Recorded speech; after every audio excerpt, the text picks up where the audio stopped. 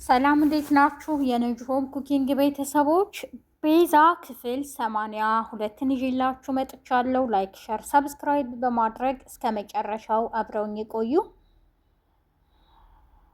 ቤዛ እንግዲህ ወደ ሱራፊል ወንድም ጋር ሄዳ ነበረ እና ይህንን ሁሉ ነገር አክስቴ አድርጋብኛለች፣ ሱራፊልን ተጠቅሜ ያለኝን ነገር ማስመለስ አለብኝ በማለት ነበር የሄደችው። ሱራፌል ምንም ደስተኛ አልሆነም በመሄዷ። ምን እያደረግሽ ነው? እኔ ደስተኛ አይደለሁም። ይህንን የምታደርጊው ለምንድን ነው?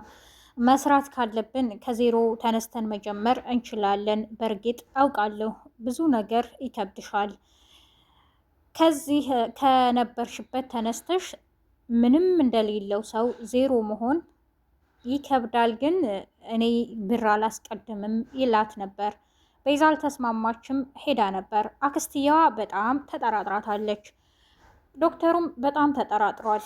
እንዴ ይቺ ልጅ ምናልባት ቤዛ ናት፣ ሉላ ልትሆን አትችልም በማለት ነበር ከአክስትየዋ ጋር አውርተው ሉላ ነፍሰ ጡር ናት፣ ስለዚህ እሷን ለምን አታስመረምራትም ባለችው ጊዜ እሱም ንግግሯን ስለሰማ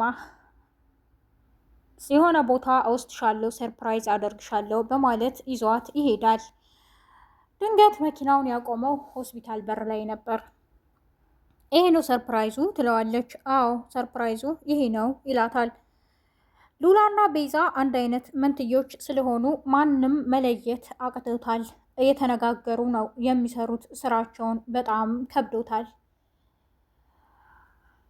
አክስቷና ዶክተሩ ስለተጠራጠሩ ስላወቀች ሱራፌልም ስላልፈለገ ቦታቸውን ተቀያይረው ስለነበረ ምን ነው ተጠራጥረህ ነው እንደዚህ ይዘኸኝ የመጣኸው? ሰርፕራይዙ እንዴት ይሄ ሊሆን ቻለ?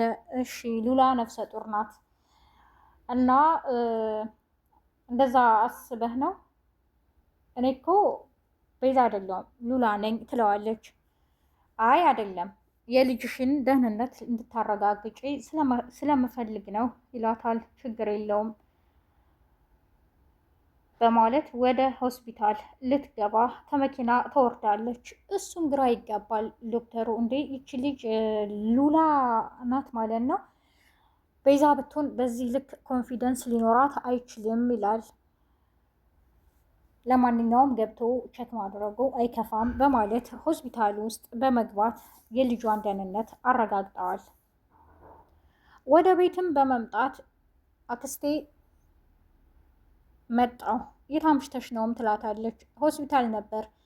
ቤዛ ናት ብለሽ ተጠራጥረሽ ዶክተሩን አስመርምራት ብለሽ ነበር። ባልሽው መሰረት ያው ሄጄ ተመረመርኩ። የልጄ ደህንነት አሪፍ ላይ ነው፣ 4 ወርም ሆኖታል ትላታለች። አክስቴዋ ዘርፌ በመደንገጥ አሁንም መጠራጠሬን አላቆምም ትላለች። ቤዛ ደክሞኛል፣ ሉላ ደክሞኛል፣ ማረፍ አለብኝ በማለት ወደ መኝታ ክፍሏ ትገባለች። ሱራፌል ሚስቱን ይዞ ሂዷል። ቤት ተሰብስበው ከነኩቻና ከነሳሚ ጋር ያወራሉ። እውነት ግን ይሄ ቤት የሚገባው ሳቅ ነው ይላቸዋል። አዎ ትላለች ቤዛ። ግን እኮ እህቴ ያለችበት ሁኔታ በጣም ከባድ ነው። ከዚህ በፊት አላመንኳትም ነበረ፣ ብዙ ነገርም ብያት ነበረ እና እኔ ከእናንተ ጋር ቁጭ ብያለሁ። እኔ በሀሳብ ከእህቴ ጋር ነኝ። ምን አይነት ጉድ ውስጥ ነው የገባቸው ትላቸዋለች። እኛም አላመናትም ነበር፣ እውነት ግን አሁን አምነናታል ይላል ሳሚም። ኩቻ እኔ ግን ምንም አላምናም ጥርጣሬ እንዳለባት ትነግራቸዋለች። ለማንኛውም እኛ አሁን ቤት መከራየት ስላለብን ጎረቤት ያለውን ቤት ይዘናል በማለት ሳሚ ይነግረዋል። ሱራፌልም እንዴ ለምንድን ነው ቤታችሁን ጭራሽ ለኛ ትለቃላችሁ እንዴ? እናንተ ግን ለኛ የምትከፍሉልን መስዋዕትነት የጓደኝነታችሁ ጥግ እንዴ! በጣም በጣም እጅግ ነው የምናመሰግነውም ይለዋል። አንተ ከዚህ በላይ ብዙ አድርገሃል፣ ስለሚገባህ ነው የምናደርግልህ እና ደግሞ ብሩን ወደ እኔ መልሰህልኛል። የሰጠውህን በሙሉ በምን ልትተዳደርና በምን ሌላ ቤት መከራየት ትችላለህ? ተነገርኩ ብሩ የእህቴ ብር ነው። ቢሆንም ግን እስከዛ እኛ እንሰራበታለን። ስለዚህ ቤታችንን ለቀን ለእናንተ ልንሄድ ነው ብሎታል። ግን እኮ አንዲት የቀረችን ንብረት አለችን፣ መኪናችን አለች። በሷ ኦቨር እሰራለሁ ይላቸዋል። አይ ይሄም ጥሩ ነው፣ ግን እኔ የማመሰግንህ ያን ሁሉ ንብረት አታችሁ አሁን ወርጄ እሰራለሁ ስትል በጣም ሳላመሰግንህ አላልፍም ጥንካሬንም እያለ ሳሚ ይነግረዋል። ለመሆኑ ሳሮን የት ሄዳ ነው በማለትም ያወራሉ።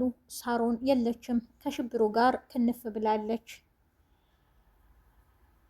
ትላለች ሉሲ። ማለት ሽብሩ ያንቺ ሽብሩ ነው ይላል ሳሚም በመደንገጥ እንዴ ማን ነው የኔ ያደረገው በማለት ሉሲ በጣም ትበሳጭበታለች። ዶክተሩም ሉላን ዛሬ እዚህ ነው የማመሸው ይላታል። ባለፈው እዚህ እራት አክስቴ ታዘጋጃለች አላልሽኝም እና በሀሳቡ ተስማምቻለሁ በማለትም ይነግራታል። እሷም ዛሬ ስለደከመኝ አልችልም ትላለች።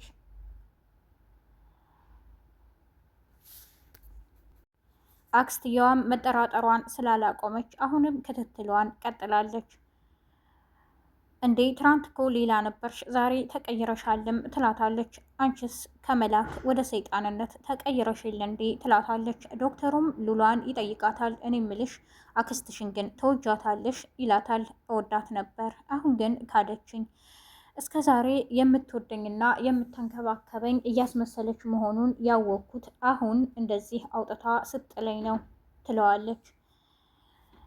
የዛሬው ክፍል ይህንን ይመስል ነበር። በቀጣይ ክፍል እስከምንገናኝ ነጅሆም ኩኪንግን ላይክ፣ ሸር፣ ሰብስክራይብ በማድረግ አብራችሁን ስለቆያችሁ አመሰግናለሁ። አዲስ የምትመጡ ቤተሰቦቼ ነጅሆም ኩኪንግን ላይክ፣ ሸር፣ ሰብስክራይብ ያድርጉ።